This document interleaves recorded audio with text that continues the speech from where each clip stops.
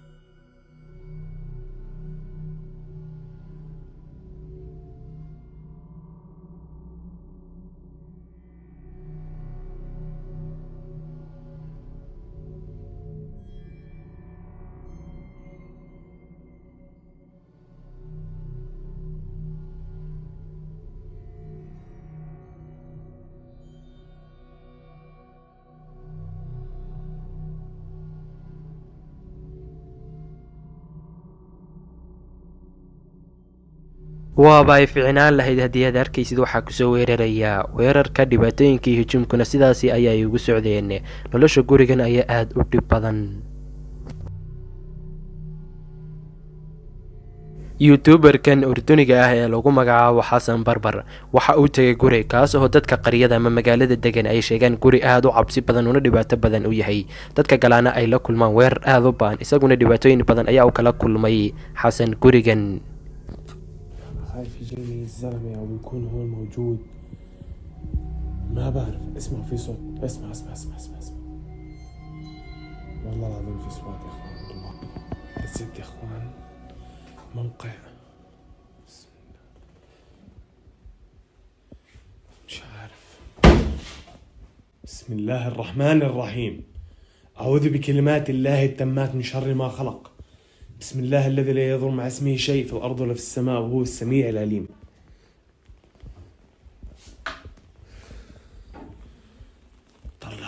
markasta oo hore ugu sii socdo weerarku waa uu sii siyaadayaa daqiiqadaha kusoo socda inay dhibaato badan yihiin haddii uu ogaan lahaa guriga ma uusan sii joogeen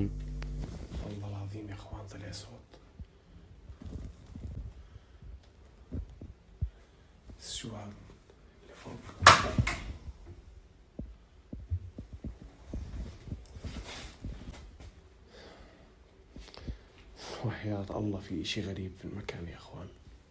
بسم الله الرحمن الرحيم بسم الله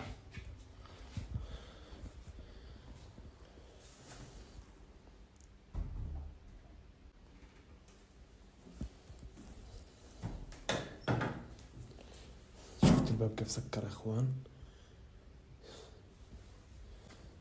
الباب سكر شفتوا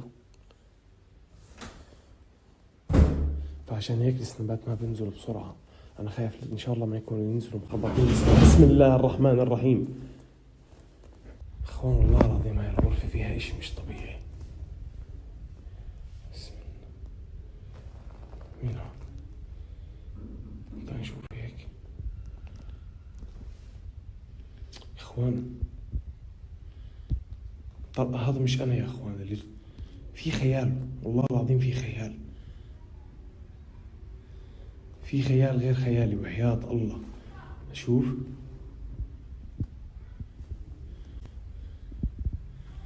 في خيال جوا ورب العزة يا أخوان طلع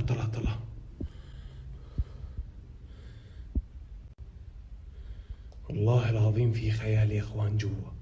وحياة الله هي شايفين والله العظيم في إشي بسم الله الرحمن الرحيم